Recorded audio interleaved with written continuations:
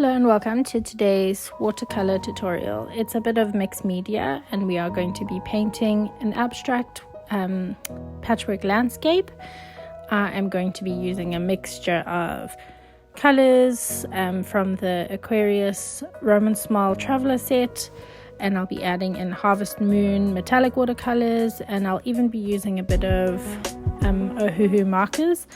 But you can use whatever you want. You can bring in wax crayons, you can bring in oil pastels, you can bring in any mixed media you like. We'll be setting our foundation in the watercolors, and then on top of that we'll be adding the details that we would like to for something fun and free.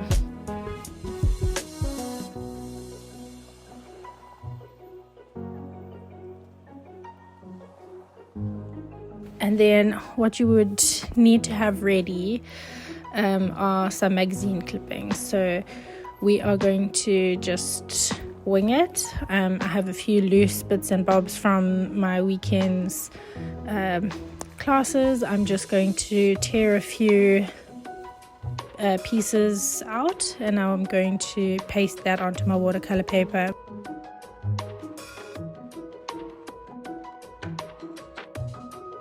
To start, I'm just going to measure a bit of a border. I am working on a small piece of paper just for the demonstration, but I recommend you using at least an A4 or around that size for a nice impact. I'm just going to eyeball a bit of a border, and when I am painting, I'm just going to try and stick within that boundary. Otherwise, you can use some washi tape just to tape off the edge of your pages.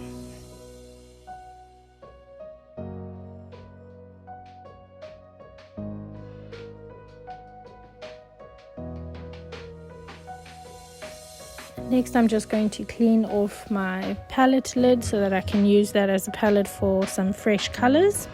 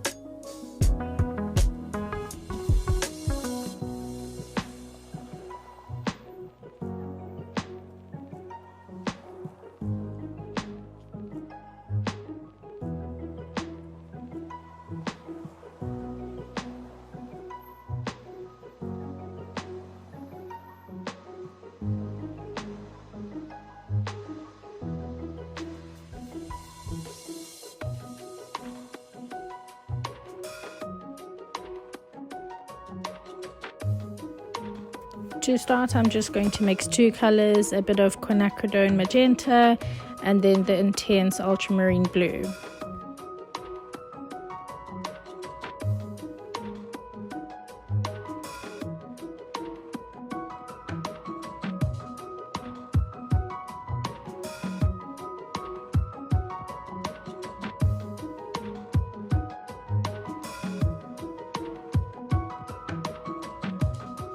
I have a few scraps of paper left over from this weekend, so I'm just going to show you the kinds of things that you can be inspired by to pull from your magazine. Text is even applicable, and then these like big sheets of like big images where you can choose focus in on something that's textural, like I am here. I'm just going to be using the section that's got a bit of pink with some of the rose petals and rose foliage, and then I just recommend tearing so you get a bit of a decal edge, so you can see if you pull towards you, you get that nice decal edge along the side of the page of the paper.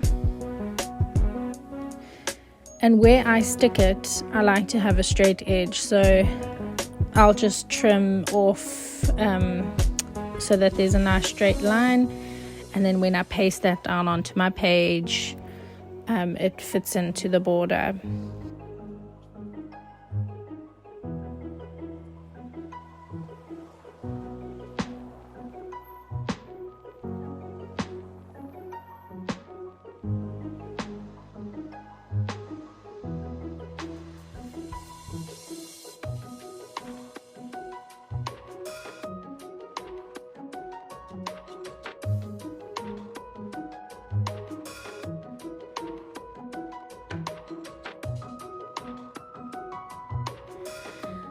In order for this to work as a landscape, I recommend when you are tearing out your pieces of paper and placing them onto your page that you do so in a horizontal fashion.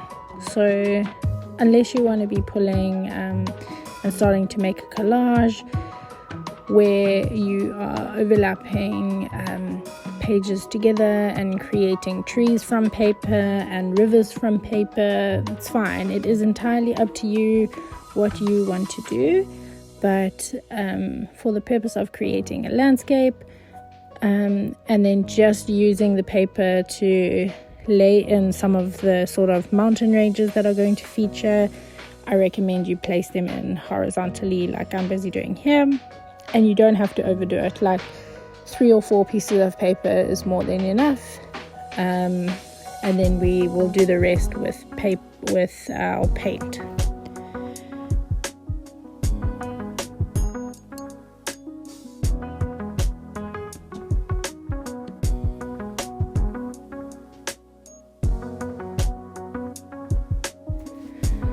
I'm quite happy with just these 4 pieces of paper, and now I'm going to start painting in my mountain ranges. So we are just setting in our foundation layers.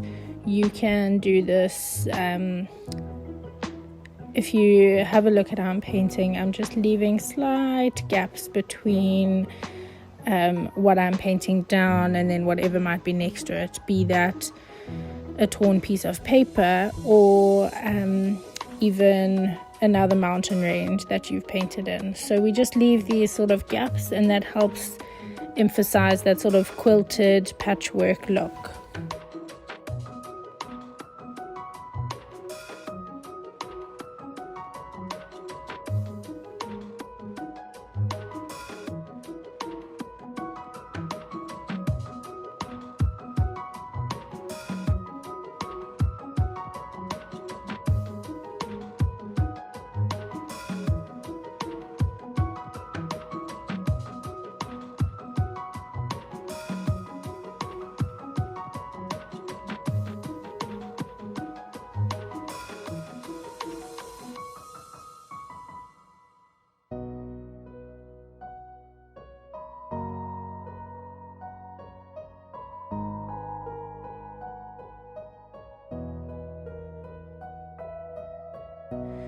I'm not following any reference. I haven't templated anything in.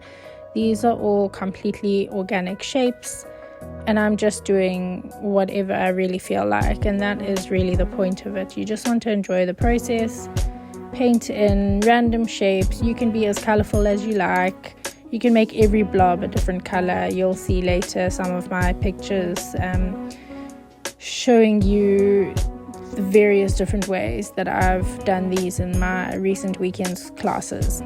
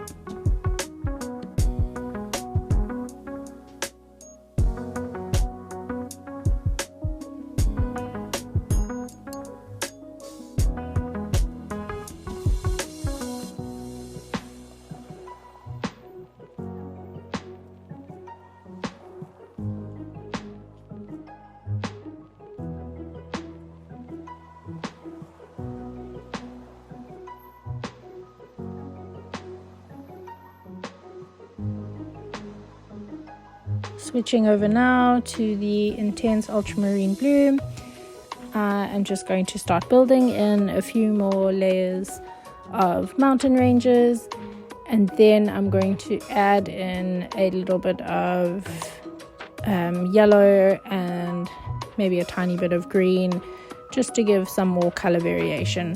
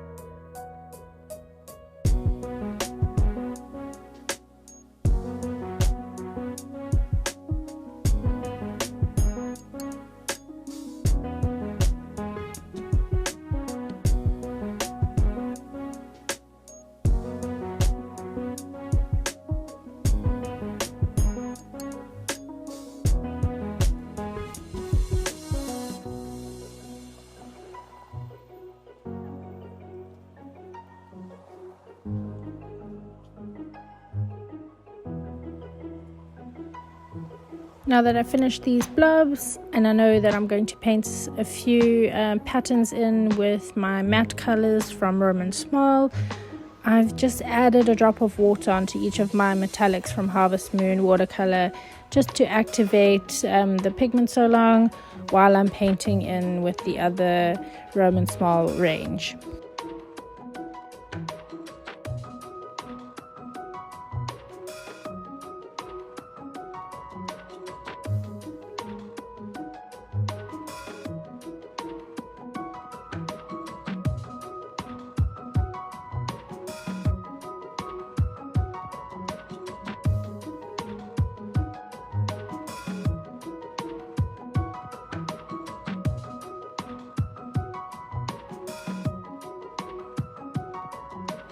You'll see as I'm painting in these patterns, it really just goes according to what I feel like. Some will have lines, some will have dots, some will have oblongs, rectangles, some will have crisscross hatching. It really is up to you what you feel like laying into these, and depending on what you have pulled out of magazines, you might be able to draw from those images some pattern inspiration.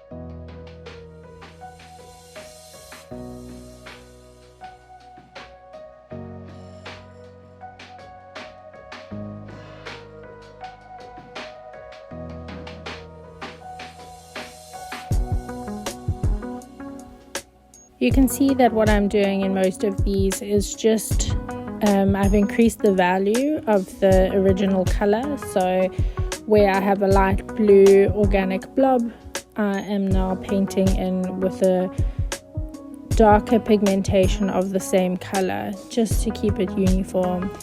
And I think it just lessens the chaos when you do that, and allows you to add other materials without disrupting the sort of calmness. If you are trying to keep things calm, you can of course go wild where you overlap with your pattern making. So if you're using a marker or even Posca pens, you could overlap and go over even the paper that you've pasted into your landscape.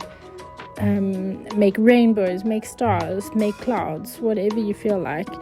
It is really just about having fun.